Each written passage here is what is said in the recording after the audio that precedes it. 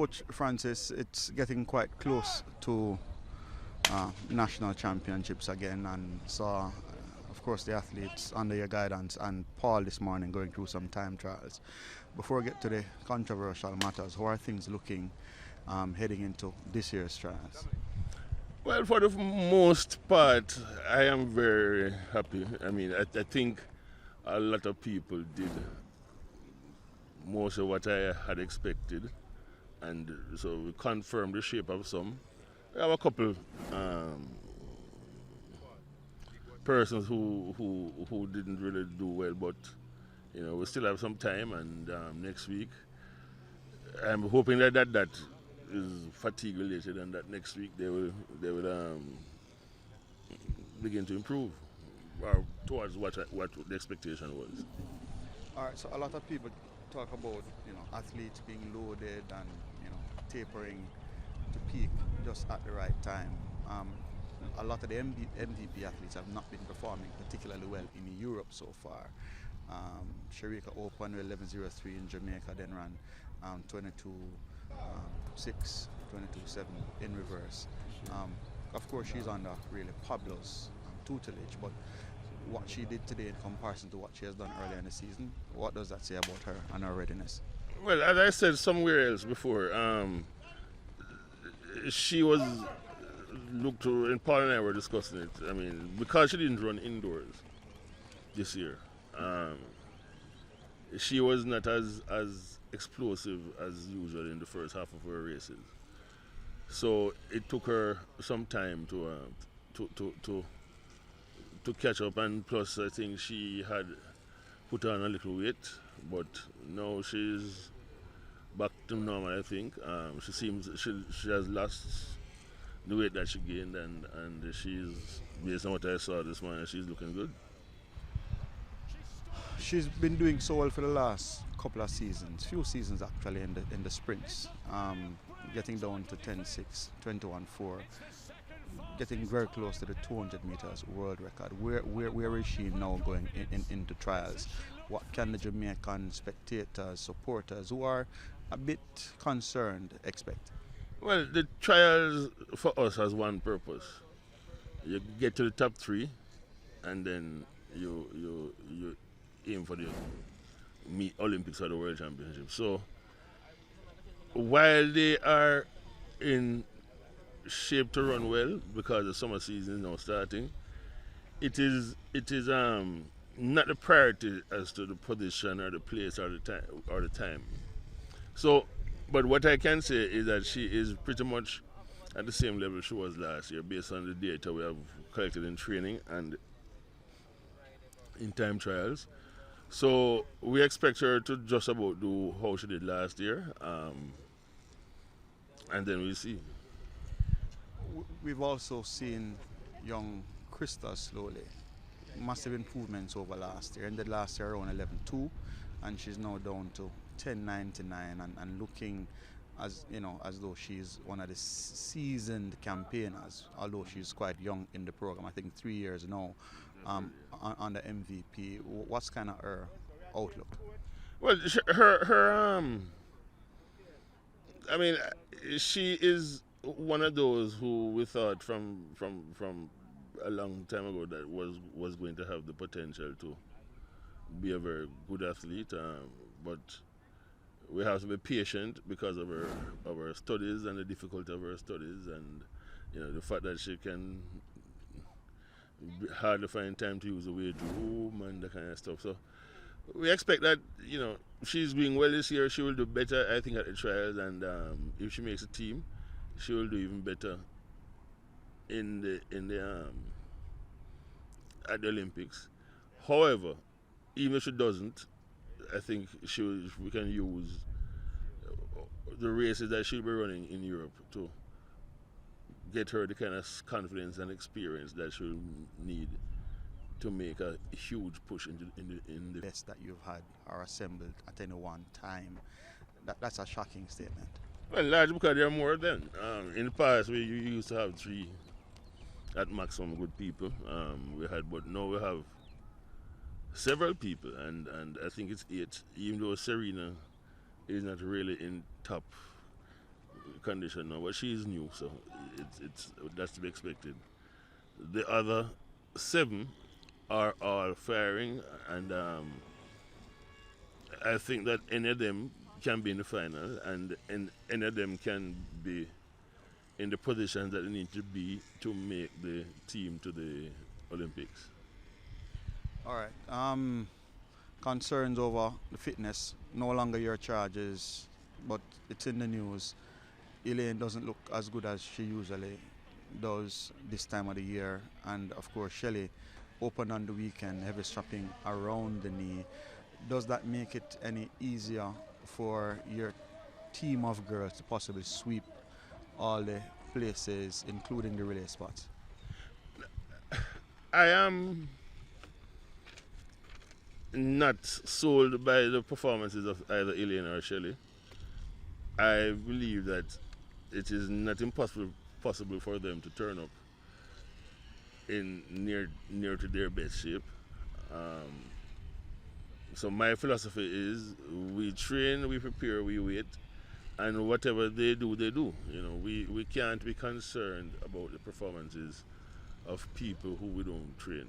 So, I mean, if we are sorry for any inconveniences that they have been through, but you know, their performances is not going to affect ours. So.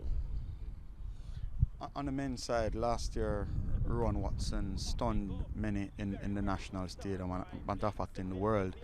And then later on in the year, Kishane Thompson came on to do extremely well on the Diamond League circuit. But last year, you only had him running 1 round each time, including at the trials. What's the outlook for him now? He looks extremely well just now in time trial. Well, he has had a continuous and shin problem over the last 3 years where he could not, if he starts to train, he does 1 rep or whatever, 2 reps and he's done. He can't go anymore. And so he was in very bad condition last year, and so therefore we took the decision that, you know what, we're going to run him because he needs experience and so on, but we're going to run him in 1 race per meet. And so it turned out quite well. He ran 9.8 or something twice, and he did reasonably well. This year we were very hopeful that he would have had a full year of training, but again the shins started to act up. We were managing the situation because we have acquired a machine called a Boost, which allows you to run without all your body weight on the ground. And so we were managing that one, and then he tore his quad in January, just before he was supposed to go to Kazakhstan. So he was kind of out for about 2 months, but during that time he was out, we also managed to find a solution for his shins. As I said before, we saw something in Australia made by an Australian company, and we had to, and that company didn't ship to the US or anywhere else, so we had to find a way to get to Australia to get this particular thing.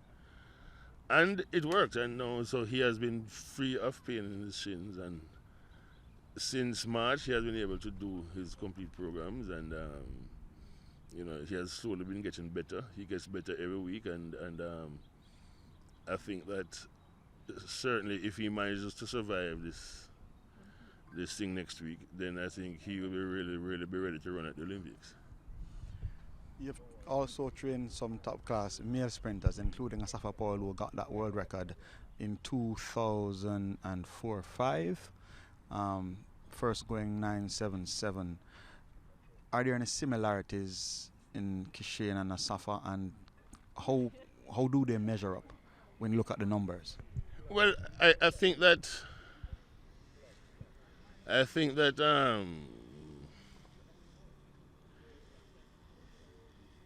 they are very similar, except that Kishane is ahead of where Asafa was at each stage in terms of, you know, he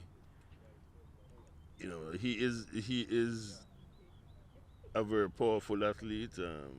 He has problems or potential problems with his weight, depending on his discipline. And they're very similar people. But I think the difference between Asafa and Kishane is that now, 15 years later, in spite of what Mr. Riley thinks, we have a far more sophisticated and analytic setup, so which would allow him, I think, to be better for his talent than Asafa was. You've opened the door, so I'll walk through it. Of course, saw an interview with yourself talking about just the problems that the J3s continue to put up, and that led to the World Relays and the team not getting there. You're quite scathing in your comments that the J3s need to move away. People in junior athletics, including Riley, singled out, and Keith Wellington, and of course, Mr. Riley has it back, pretty much calling you an ass, and that you pretty much need to learn to coach. How do you respond? Well, I am not going to get into a cussing match with Riley, except to say that I don't know how long I spoke for, but I don't believe ever saying anything about Riley's coaching ability. It is there for all to see. He won champs with Wolmer's, and he has done well this year with Excelsior and whatever. So, I don't know why he's so sensitive. I commented on his ability to lead the technical committee of the J3s when it comes to senior athletics.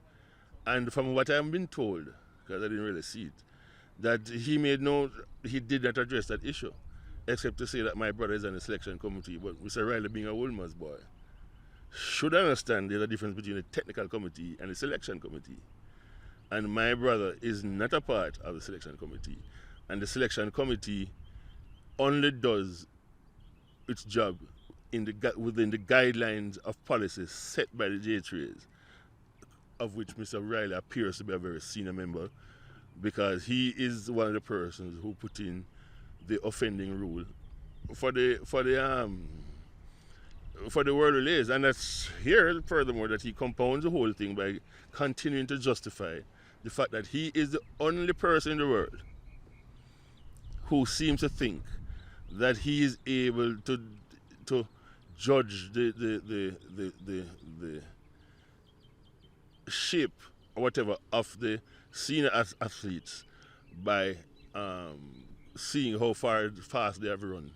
So he compiles a team in April of 46 people to go to a run the 4x4. Most of them have never gone any faster than that. So that's their limit. And he has a lot of people sitting down there who have run 44s and 45s. And he chose not to pick them because they had not run fast so far in April.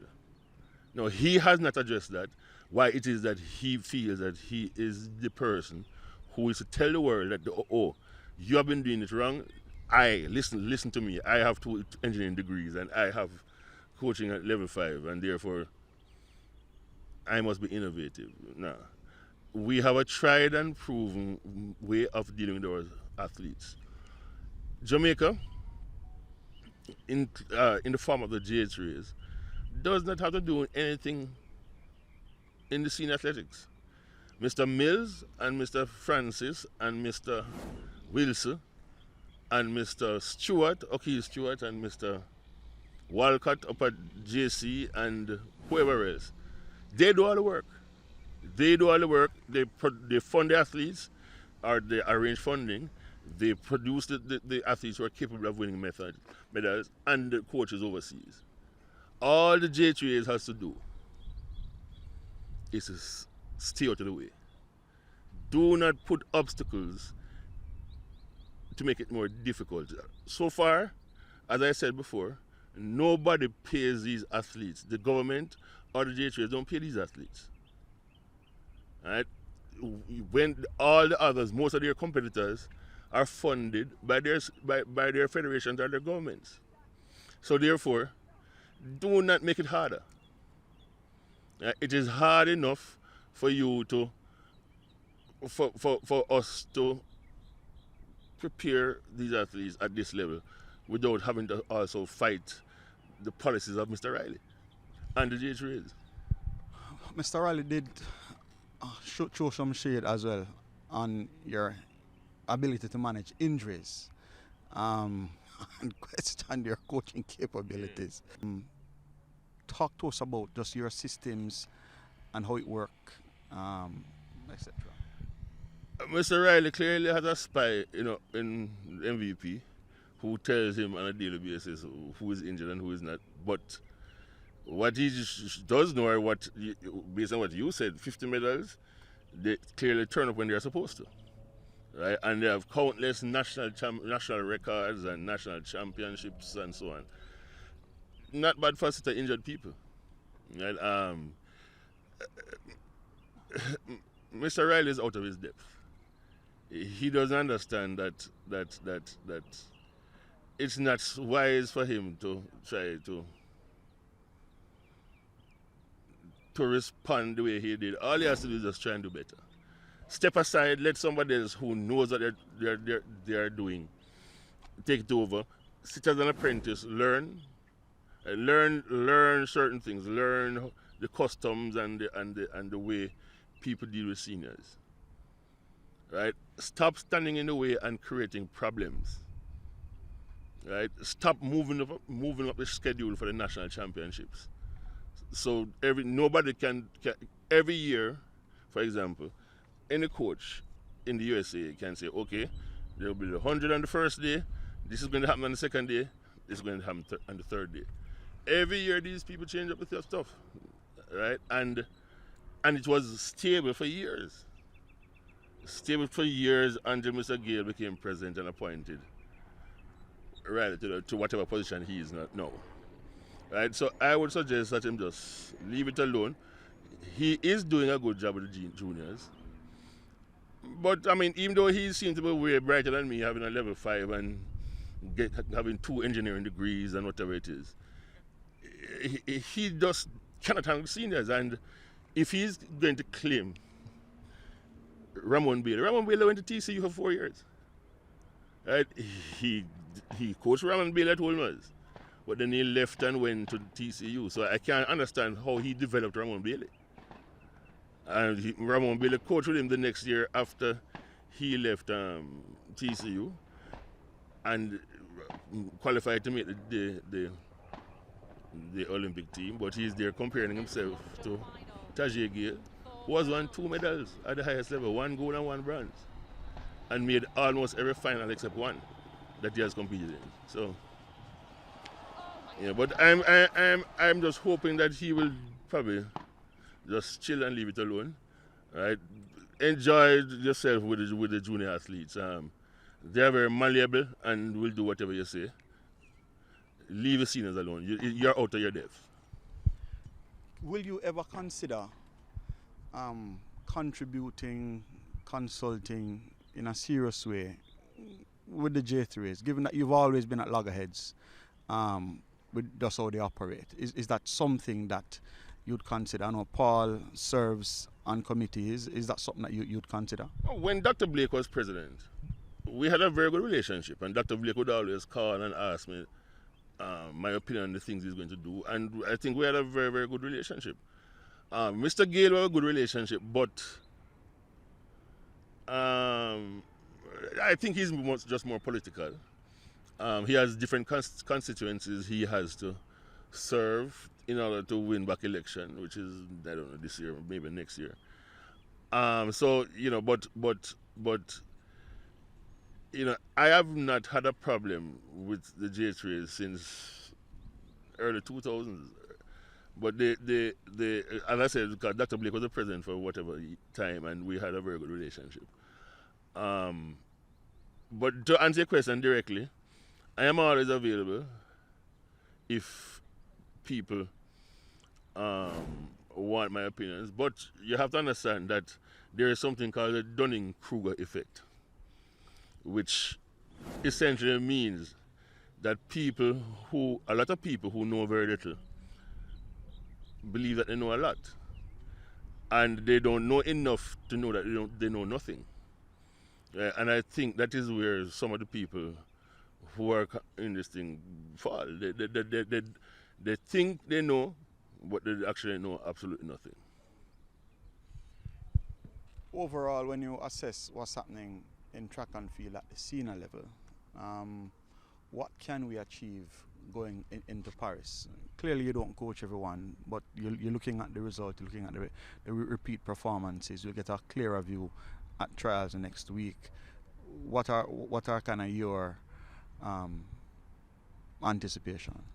I don't think that it will be any worse than it has been post-Bolt or pre-Bolt. And I mean, when you could count on those 2 gold medals and the relay and the sometimes when Blake won the multiple medals in the 100 meters men and so on. I mean, I don't know. It might turn out that you go to trials next week and it looks as if all people can lose the 100 men or women or whatever. But I don't see how it is as disastrous as some people seem to think. I think we will be able to get medals in a lot of sprint events, women, and with men. Hopefully, Parchment and Broadbell comes on, but they have the ability to come on. The Rochelle and the other hurdlers are certainly leading the fight for the bronze medal in the 4 hurdles, and we're always hoping that Shaniki Ricketts will recapture her form. We have, of course, 3 long jumpers. So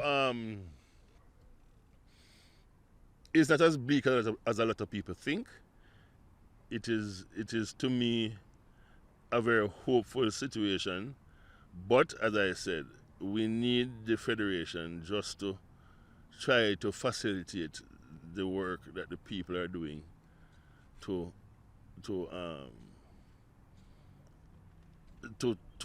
keep the athletics going at the senior level. Don't stand in the way. All right, so the 4x4s, they've finally decided that they're going to give it another shot at trials. It seems they're going to move the top 16 past the first round, and they're going to finish with the final on Saturday for the 400 to the 4x4. Is that workable? Is it possible to secure this faster than 2:59.12? Well, I don't know who they consulted with, but the first thing they should have realized that the 4x4's chance of a medal is very small. Second thing you need to realize that we have the defending champion in the 400. So our priority must be, or should be, to ensure that the 400-meter people get a chance to race like how they would be racing in the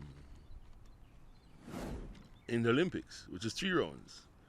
Now, to tell you that you're going to be running 2 rounds to accommodate a 4x4, which as I said, they were 4th the last time. And maybe they can get a bronze, I don't know. Right? You want them to be there, but again, it shows you the school children thinking, right? You need your best quartermilers to run the 3 rounds at the trials to help them to progress in their 400 meters, right?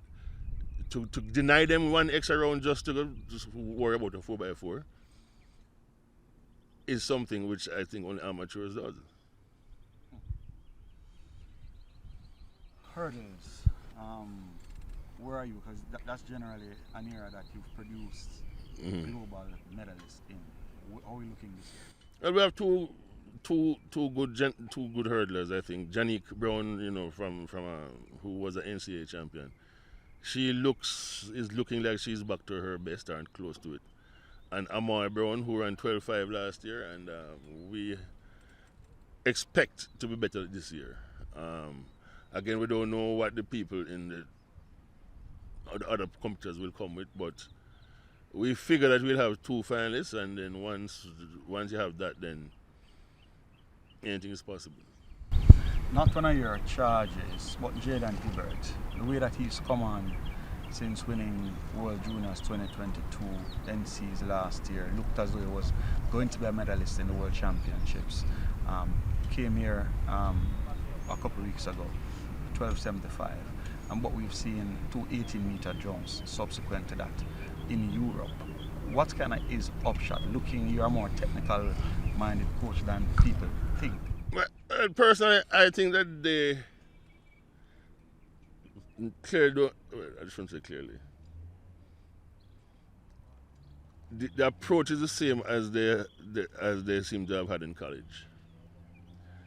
And these Europeans, who are the main people in the triple, their approaching is quite differently.